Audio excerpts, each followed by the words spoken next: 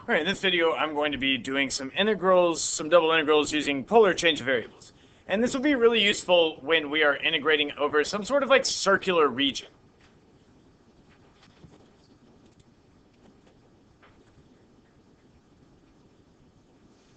Okay, I mean, I lost my place. I had some, people leaving class, that type of thing. So we're going to use it for circular regions, regions that are more easily expressed using polar coordinates. Okay, and it'll actually make a lot of our integrals much more simple. But at the beginning, we have to kind of establish what these integrals are going to look like. Now, in rectangular coordinates, we had some sort of, region, and we decided that we were just going to kind of like subdivide it into, little tiny pieces of area,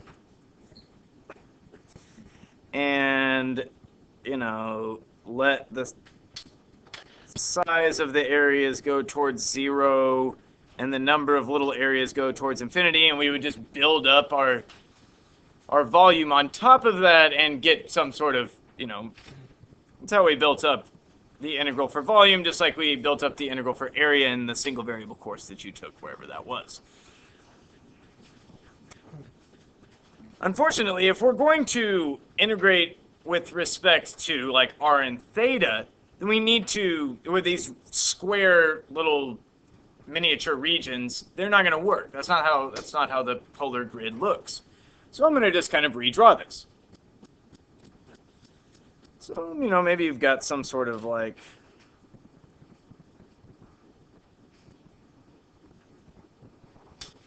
region like that.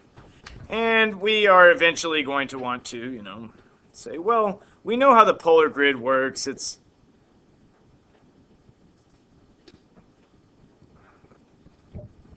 is not the best drawing I've ever done, but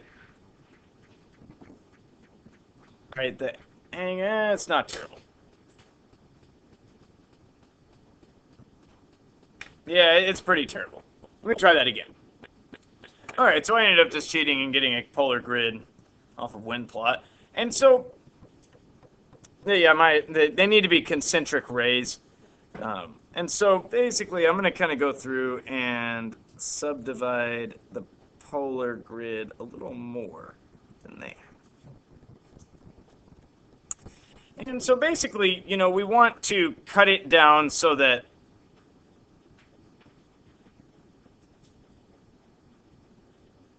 these are our little small areas, this delta area.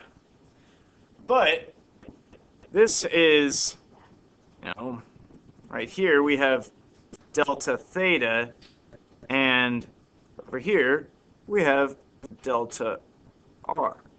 Except delta theta is not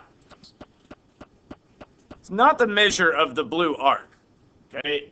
The measure of the blue arc is actually kind of like, you can envision as the length of the circle, which is going to be r times delta theta. So I'm going to kind of pop out this little, differential piece of area. Oh, that was pretty good. And this is r delta theta in its length, and this is delta r. And so what we're going to end up doing is we're going to add up all of these r, well, really f of x times, because there's going to be some height above this little piece of area. And x and y is probably not, this video is not going that well. Times, okay, the area, because the area of the base times the height, right? So I've got the height, now I need the area of the base. R delta theta. And so that's where we're going to see r d theta. And that's what you're going to remember when you're going to integrate over a polar region. R d theta. Okay. But if you remember from the single variable course, when you were just trying to find polar areas, the formula was the integral of 1/2 r squared d theta. And that's where it's the same thing, right? Now I drew you kind of maybe a slightly different picture at that point. I was talking about the area of a sector of a circle, basically. But it's the same idea. We got 2 r's and a theta. So, same idea. All right. And question was like, where did the 1/2 go? And I'm not exactly remembering right now.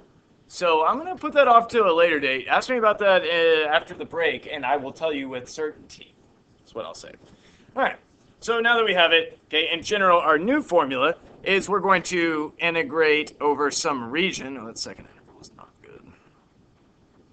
We're going to integrate over some region, f of r and theta, r times r dr d theta. So you're going to end up distributing in an extra power of r, and that will be, a thing you need to do. So let's do an example. All right, and the example I'm going to do is going to be a real simple one that's going to be, kind of a polar change of variables. Okay, so we've got it, and it's listed all rectangularly with x's and y's. Okay, but, if you don't have that much experience with this, you might not just look at the algebraic description of r in blue and know exactly what that is. Okay, so what I'm going to do is I'm going to go over here and I'm going to draw a picture. Well, if x and y are both positive, I only need the first quadrant. X squared plus y squared equals 4 is the circle with radius 2 centered at the origin. That was really bad. Try that again. That's a little better. Envision that being a quarter circle. Then, x squared plus y squared less than 4 is this whole area on the inside. So I'll call this region R. And I'm going to shade region R. Figured since I was already going in blue, I might as well go with blue highlight. All right, there we go. And so this is the type of region that, man, if we tried to do this rectangularly, it might not turn out so well. Okay? And I would encourage you to try this on your own at home. Try to do this, with solve for y or solve for x and do it the other way. It's just going to kind of be ugly. All right, so we're going to do a polar change of variables because this is the polar curve r equals 2. And theta, in this case, is running from theta equals 0 to theta equals pi over 2.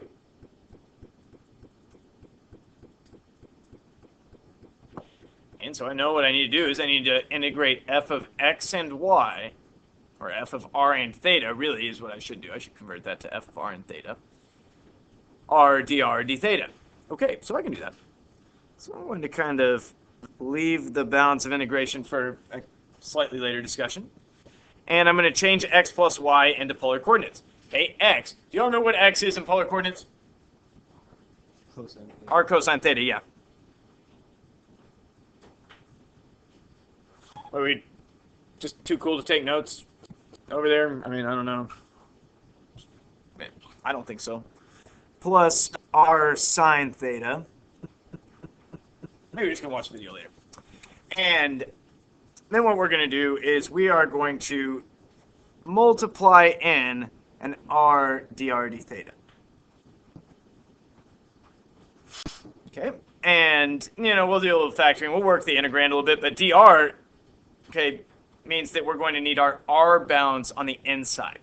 Okay. And so really what we're doing is these, there's layers to it. And so we're going to let the radius, maybe capital R was a misnomer. That's all right, though. From 0 to 2. And then we're going to let theta on the outside run from 0 to pi over 2. And then I think from here it's actually going to be pretty easy.